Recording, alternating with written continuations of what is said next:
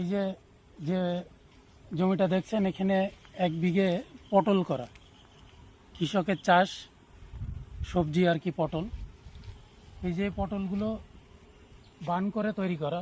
তা আমি যে বাগানে আসছি, এই বাগানের মালিক, ওনার সাথে একটু কথা বলবো। দেখেন, সালাম আলাইকুম চাচা। ওয়ালাইকুম আসসালাম। চাচা, এই যে পটল দেখছি মাশাআল্লাহ খুব ফাইন লাগছে, কিন্তু এই যে পটল, এই এই যে পটল আপনারা দেখতে পাচ্ছেন, চাচা এই পটলের নিয়ে একটু কিছু বলেন। এই পটল কেমন হচ্ছে বাগানে? পটল চাষটা খুব সুন্দর চাষ। আচ্ছা সব সপ্তাহে তুলতে যায়। আচ্ছা নিম্নে 1 বিঘা জমিতে নিম্নে কিছু না হলো 8 থেকে 10 মণ পটল হয় প্রতি মাশাআল্লাহ সপ্তাহে। মাশাআল্লাহ। এই পটলটা কি পটল চাচা, নাম কি? এই পটলের নাম হচ্ছে কাঠবিড়ালি। কাঠবিড়ালি। আচ্ছা আচ্ছা, কি কি অত্যাধিক ধরে, তাই না?